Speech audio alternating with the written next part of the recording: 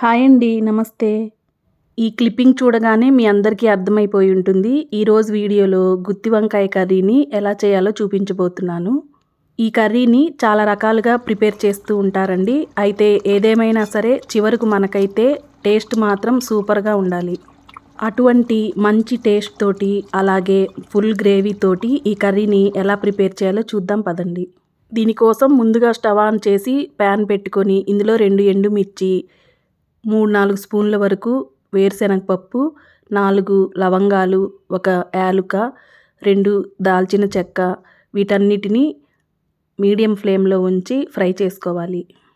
అలాగే 4, 5 స్పూన్ల వరకు నువ్వులను కూడా చివర్లో వేసి ఫ్రై చేసుకోవాలి. నేను ఆల్రెడీ ఇది పౌడర్ చేసి పెట్టాను కాబట్టి ఇలా చివర్లో వేసి లైట్‌గా ఫ్రై చేశాను. ఇప్పుడు ఒక మిక్సీ జార్ తీసుకొని ఇందులో 1 మీడియం సైజ్ ఉల్లిపాయ, 1 పచ్చిమిర్చి, 2 టమోటాలని కట్ చేసుకొని వీటిని గ్రైండ్ చేసి పెట్టుకోవాలి.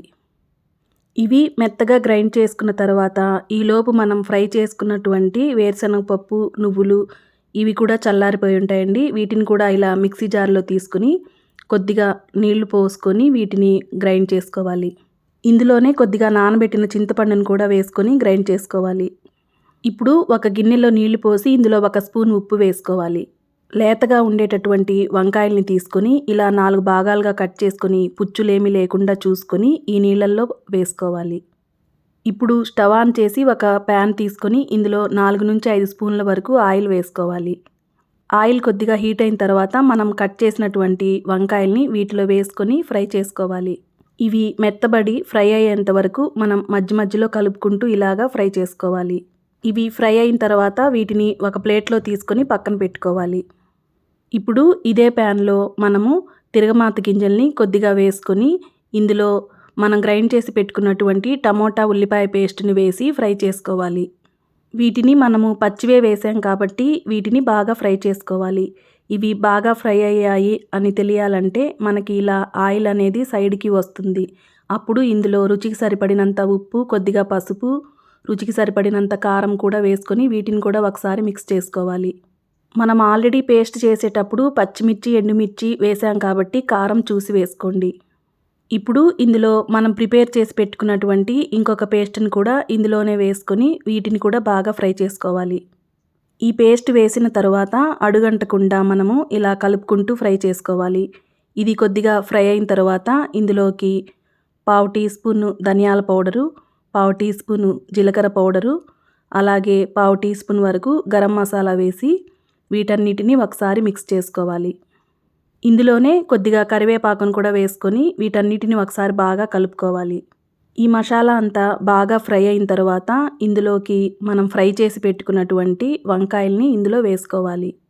ఈ మసాలాని బాగా ఫ్రై చేయాలండి. ఎందుకంటే మనకు గ్రేవీ కలరు, టేస్ట్ అనేది ఈ మసాలాని ఫ్రై చేయడంలోనే ఉంటుంది.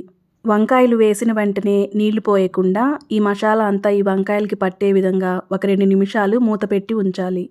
2 నిమిషాల తర్వాత మూత తీసి ఇందులో ఒక హాఫ్ గ్లాస్ వరకు నీళ్లు పోసుకొని వీటన్నిటిని ఒకసారి బాగా మిక్స్ చేసుకోవాలి.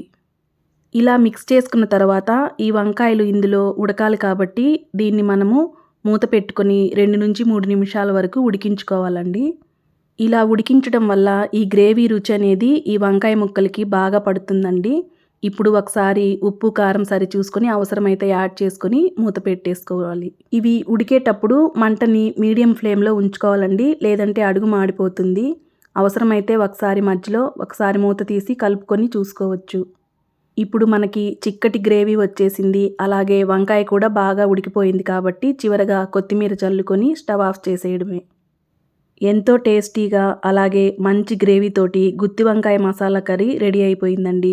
దీన్ని మనము బిర్యానీ రైస్లోకి, మామూలు వైట్ రైస్లోకి, లేదంటే పూరి, చపాతీ వీటన్నిటిలోకి ఇది చాలా బాగుంటుంది.